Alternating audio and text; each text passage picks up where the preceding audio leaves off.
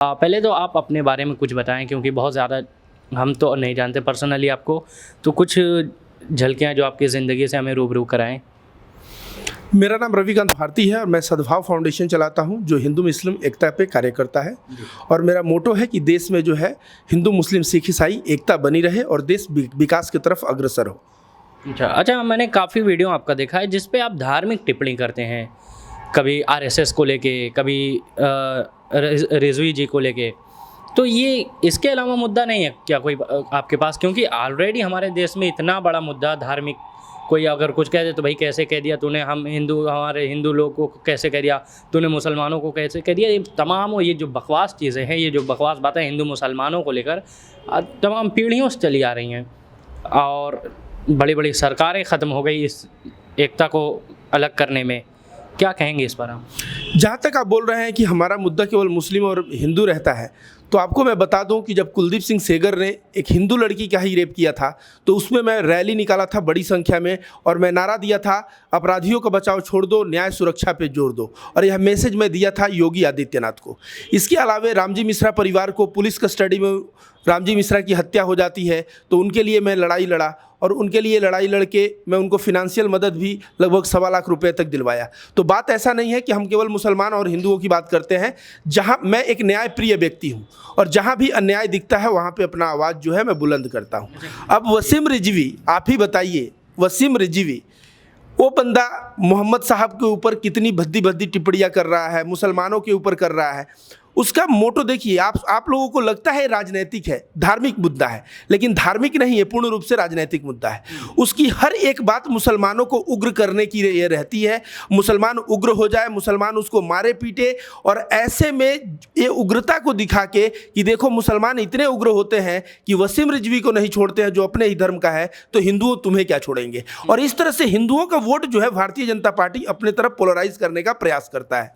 अगर यति नरसिंहानंद के धर्म संसद का स्टेटमेंट देखें तो उसमें जितने कट्टर स्टेटमेंट उन्होंने दिया है, या सूरजपाल अंबू कहता है कि जहां भी मुसलमानों को देखो ठोक दो, तो ये सब राजनीतिक बातें हैं। हिंदू वोट वो लोग पोलराइज करने के लिए करते हैं। और मैं एक सच्चा हिंदू हूं। मैं हिंदू धर्म नफरत नहीं सिखाता। हमारा धर्म सर्वे भवन्तु सुखिनः, सर्वे सन्तु निरामया, सर्वे भद्राणि पश्यन्तु मां काचित् दुःख भाग् भवेत् कहता है सभी लोग निरोग रहे, सभी लोग सुखी रहें। तो उन सभी लोगों में मुसलमान भी आते हैं, क्रिश्चियन भी आते हैं, ईसाई भी आते हैं, सिख भी आते हैं। तो मैं बोलता हूं कि मैं हिंदू धर्म का सही मायने में मानने वाला हूं, और अगर इस धर्म को कोई बदनाम करेगा तो वहां पे मैं आवाज़ जरूर उठाऊंगा। अच्छा, आप ये कह रहे हैं कि आप हिंदू धर्म को वाकई मानने वाले हैं, फिर आपकी टिप्पणी भी ऐसे ही होती है कि एक फिक्स समुदाय को लेकर, सामने कोई लड़का है, अगर उसका कास्ट अगर मुस्लिम है या नॉन मुस्लिम है वो, तो आप उसके समुदाय की बात करते हैं, ना कि उसके व्यक्तिगत बात करते हैं। आप पूरे समुदाय को जोड़ लेते हैं, क्यों? ऐसी बात नहीं है। अगर कोई बंदा सामने मिलता है तो मैं आपको बता दूं कि मेरे साथ कार्य करने वाले ऐसे 300 लोग ऐसे हैं कि न वो मेरा कास्ट जानते हैं, न मैं उनका कास्ट जानता हूं, न वो मेरा धर्म जानते हैं, न मैं उनका धर्म जानता हूं। लेकिन भारत में एक इत्तेफाक ऐसा है कि नाम से धर्म को पहचाना जाता है। तो जब नाम से धर्म को पहचाना जाता है, फिर भी मैं कभी भी मैं खुद ऐसा संदेश देता हूं कि कभी भी एक अपराधी की गलती से पूरे समुदाय को अपराधी न माना जाए। चाहे वो हिंदू हो, चाहे वो मुसलमान हो, चाहे वो सिख हो, चाहे वो ईसाई हो। तो मैं ये कहता हूं कि अपराधी तबके के लोग हर एक वर्ग में होते हैं।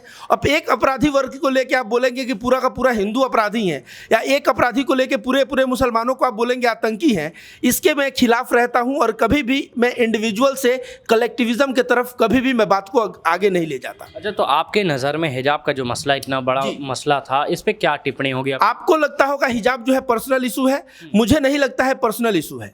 हिजाब जो है हमारे भारत के संविधान के द्वारा दिया हुआ राइट है। आप जानते हैं फ्रीडम ऑफ चॉइस।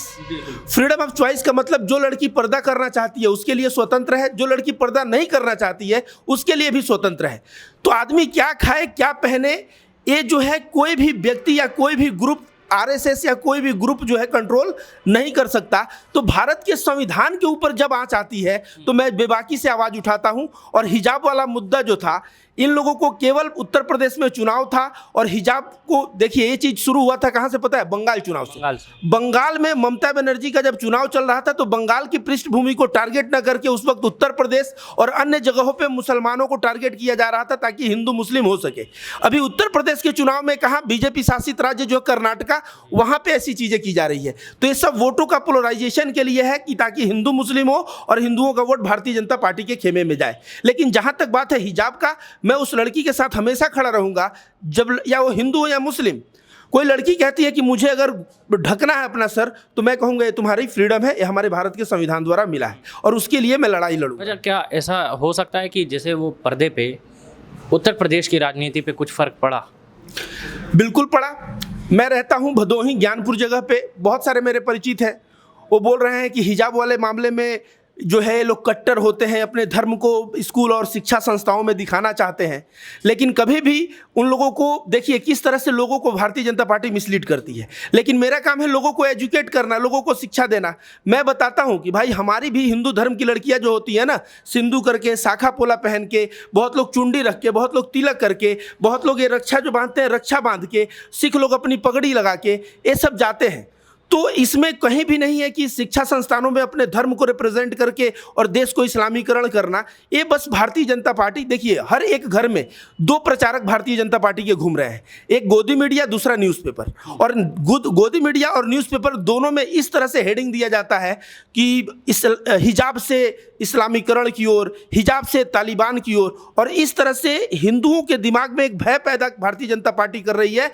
और उस भय के लिए भारतीय जनता पार्टी जो महंगाई, जो भी बेरोजगारी, सारी चीज़ों को भूल के, अपने जात को भूल के, वो केवल हिंदू बन के वोट करे ताकि भारतीय जनता पार्टी की सरकार आ सके। आपने तो कहा गोदी मीडिया और न्यूज़पेपरों की बात की, क्या आपको लगता है हमारा चैनल भी ऐसे गोदी मीडिया की चीज़ों में इंटरेस्ट रखता है? जिया न्यूज़ मुझे लगता है मैं फर्स्ट टाइम दे रहा हूँ, और जिया न्यूज़ जो है इसके कंटेंट्स क्या है उसका बैकग्राउंड मुझे नहीं पता है। नहीं तो उसके कंटेंट्स के बैकग्राउंड पता रहते तो मैं बिल्कुल बोल देता कि गोदी मीडिया की तरह आप लोग हैं या नहीं हैं। जी, इसके कंटेंट हम बता दें, जैसे हम कहीं भी जाते हैं पूरे उत्तर प्रदेश या आजमगढ़ ज़िला या कोई भी ज़िले में जाते हैं, वहाँ पे बातचीत जो होती है हमारी चुनाव, वो वही से हम डाल देते हैं। जो भी मुद्दे होते हैं, जो भी पब्लिक बोलती है, जो भी एग्जैक्ट वही जाता है बस। तो आप एक पत्रकार का धर्म निभा रहे हैं। पत्रकारिता का धर्म भी यही है कि आपको लोकतंत्र के चौथे स्तंभ है और आपको दिखाना है कि लोकतंत्र क्या चाहता है, आम जनता की क्या राय है। आप उस राय को अगर ज्यों के त्यों डालते हैं तो मैं कहूँगा कि आपसे जो बड़े बड़े पत्रकार जो फॉर्च्यूनर और जगुआर और बड़े बड़े गाड़ियों में जो घूम रहे हैं, जो कभी साइकिल और स्कूटर से चला करते थे, आप जैसे पत्रकारों से उनको सीख लेने की ज़रूरत है। अरे सर, बहुत धन्यवाद, इतनी बड़ी बात आपने कहा। चलिए, बहुत बहुत शुक्रिया आपका भी देखने के लिए जिया न्यूज़।